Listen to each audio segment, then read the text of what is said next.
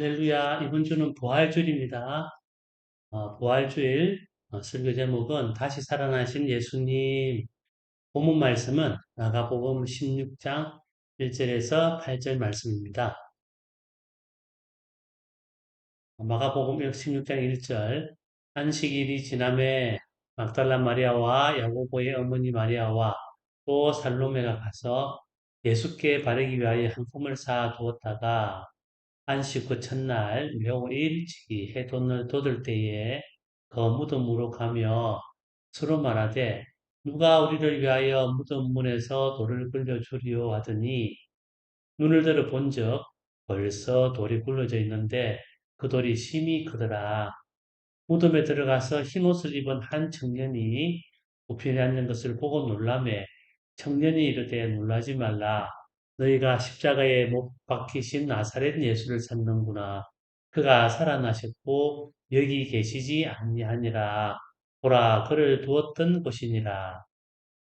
가서 그의 제자들과 베드로에게 이르기를 예수께서 너희보다 먼저 갈릴리로 가시나니 전에 너희에게 말씀하신 대로 너희가 거기서 배우리라 하라 하는지라. 자들이 몹시 놀라 떨며 나와 무덤에서 도망하고 무서워하여 아무에게 아무 말도 하지 못하더라. 아멘. 말씀을 나누기 전에 먼저 예수님 돌아가시기 전 24시간 동안 어떤 일이 있었는지 여러분하고 같이 한번 살펴보기로 해요. 먼저 전날 밤 한번 봐요. 전날 밤에 마지막 반찬을 하셨어요. 마가의 다락방이었죠. 그리고 나서 겟세마네 동산에서 기도를 하셨어요. 기도를 마치고 오는 중에 가룟 유다가 예수님을 팔아서 예수님이 잡혀가셨어요. 그때에 제자들은 모두 도망을 가게 되었어요. 예수님은 대제사장에게 끌려가서 모욕을 당하셨어요. 닭 울 때 새벽이었죠. 베드로가 3번 예수님을 부인했어요. 이거는 예수님께서도 네가 닭 울기 전에 나를 3번 부인하리라 라고 말씀을 하셨다했어요. 새벽에 예수님을 빌라도에게 넘겨주고 나리 제자 우리의 가시관을 치우고 예수님을 희롱하고 골고다 언덕으로 끌고 가셨어요. 제시에 예수님이 십자가에 못 박혔었어요. 현재 시간으로 보면 대략 9시 정도예요. 음, 지금 시간으로 12시에서 오후 3시까지 3시간 동안 세상이 어둠천지가 성경에는 제6시가 되매 온 땅이 어둠에 임하여 제9시까지 계속하더니 거기서 캄캄했어요.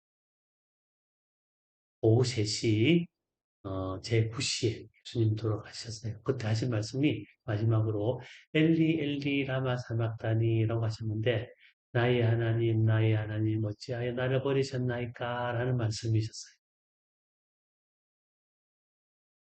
예수님께서 돌아가시고 난 이후에 아리마대 요셉이라는 어, 유대인이 예수님을 무덤에 안치했어요. 그래서 예수님이 돌아가신 그날에 24시간 동안 어떤 일이 있었는지 이렇게 살펴봤어요. 예수님이 죽으시고 살아나실 때까지 시간적으로 어떻게 됐는지 한번 살펴보기로 해요.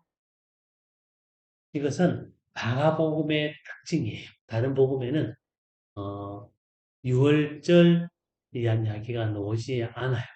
그러나 마가복음만 어, 6월절이라는 한식을 언급을 하고 있어요. 잠시 말씀을 볼까요?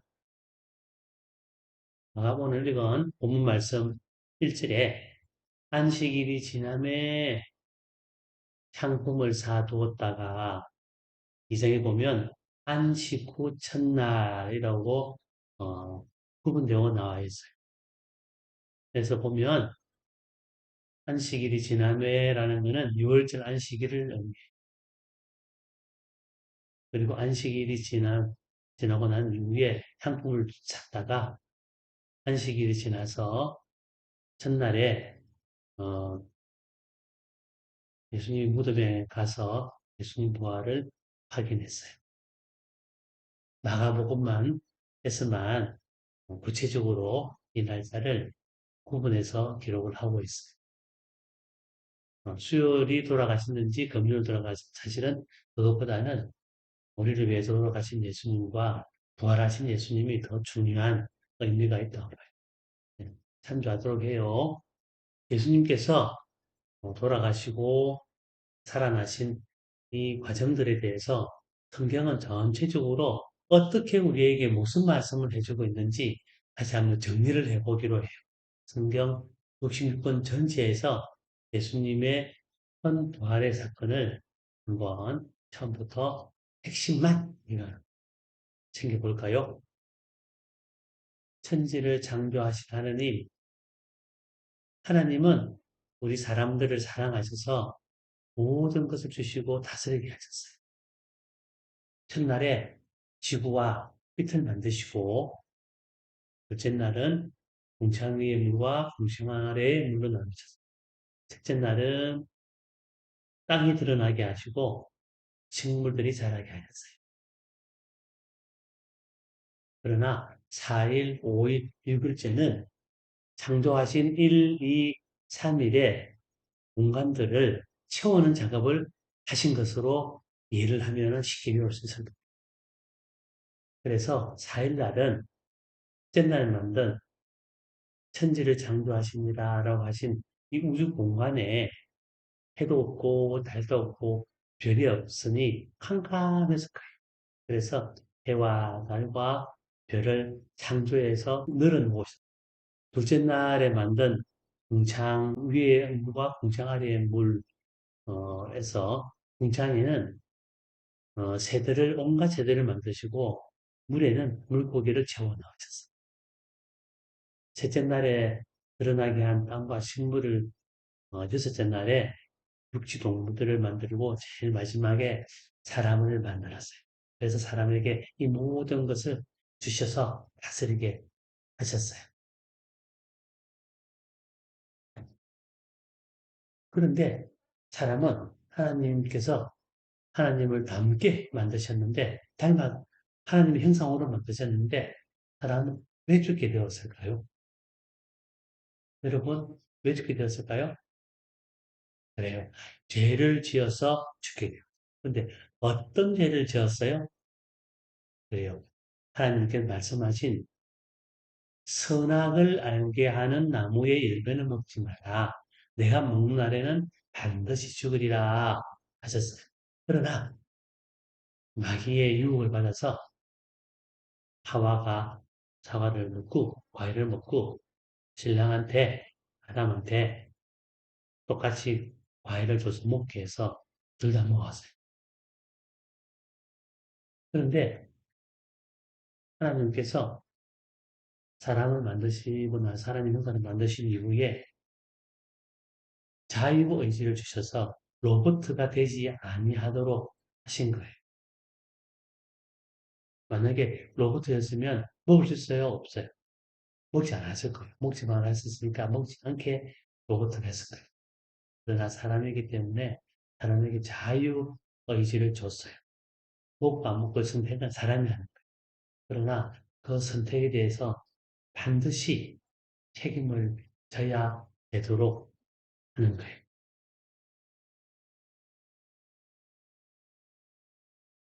그런데 죄인은 왜 하나님께 가까이 갈 수 없을까요? 하나님은 빛이시되 온통 밝으세요. 그래서 죄가 드러나면 부러워서 하나님 앞에 있을 수가 없어요. 그래서 스스로 숨은 거예요. 죄를 짓고 난 아담과 하와도 나무 숲에 가 숨었어요. 그래서 빛이신 하나님 앞에 드러나는 것이 부끄러워서 스스로 부끄러워서 숨은 로마서에 보면 모든 사람이 죄를 범하였음에 하나님의 영광에 이르지 못하더니 라는 말씀을 하셨고 마지막 날에 심판당하면 불못이 우리가 죄인들은 불못에 받아주고 하나님께서 갖고 있는 생명책에 우리 죄가 낱낱이 기록되어 있는데 그 예수님을 믿지 못하면 그 죄에 의해서 스스로 부끄러워서 불못에 퐁퐁퐁 스스로 따위를 매고 죽을 거예요.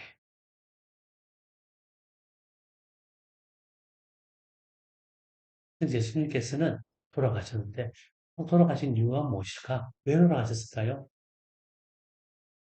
그래요. 우리의 죄를 대신해서 돌아가셨어요. 그렇게 함으로써 하나님과 화해를 시키려고 하셨어요. 예수님께서 가라사대 내가 곧 길이요 진리요 생명이니 나로 말미암지 않고는 아버지께로 올 자가 없느니라 라고 말씀하셨는데 예수님 혼자는 우리의 모든 죄를 스스로 지시고 돌아가셨어요.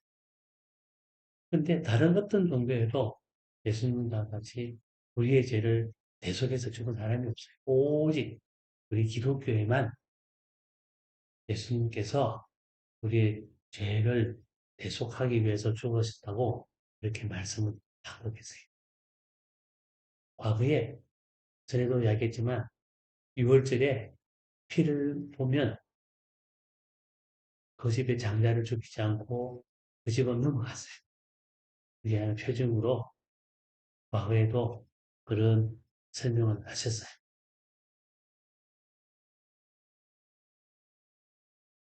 예수님께서 죽으실 뿐만 아니라 다시 사셨어요. 근데 이 다시 산 것이 어떤 의미를 가지고 있을까요? 다시 살펴볼까요? 하나님의 광대한 능력을 나타냈어요. 하나님은 모든 것의 창조자와 모든 만물을 주재하고 계시는 주제자세요. 창세기 1장 1절에 태초에 하나님이 천지를 창조하시니라 라는 말씀 안에는 죄의 기록함을 사망까지도 하나님께서 현재를 변장해서 다스린다는 것을 말씀합니다.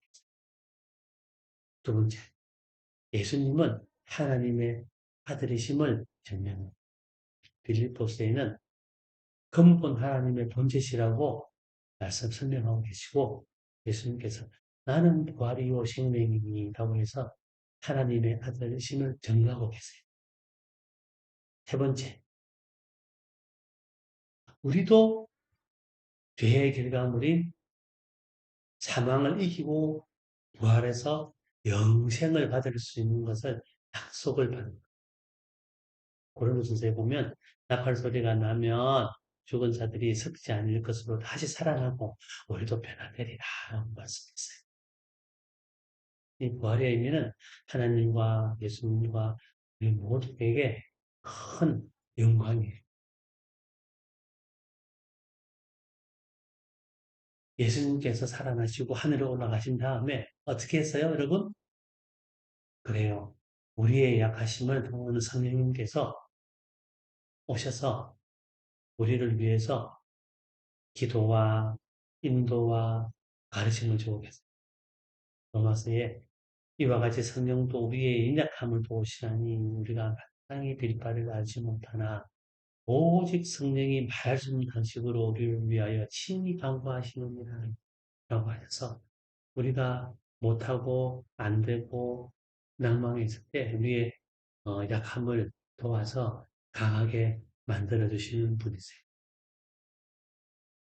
이 성령으로 말미암아서 우리는 예수님을 구절하고 믿고 우리가 맹세하고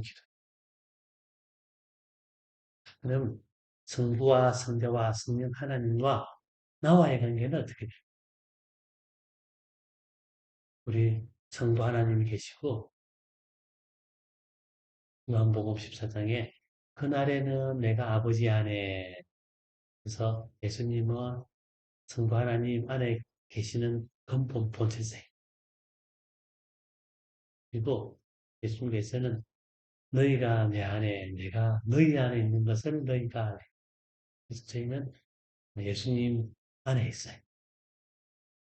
또 14장 7절에는 그는 진리의 영이라 그는 너희와 함께 거하심이요 또 너희 속에 계시겠습니다. 라고 해서 성령님은 우리 속에 계시요.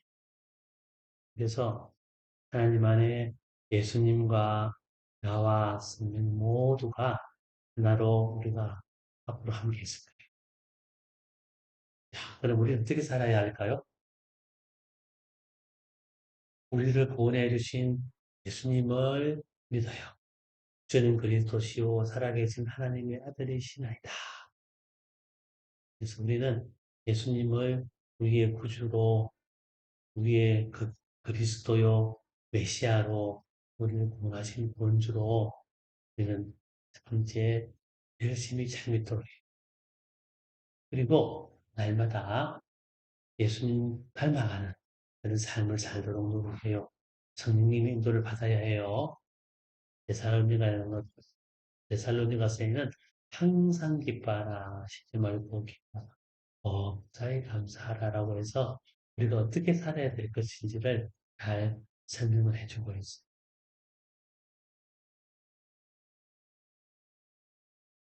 오늘의 말씀을 정리해봐요.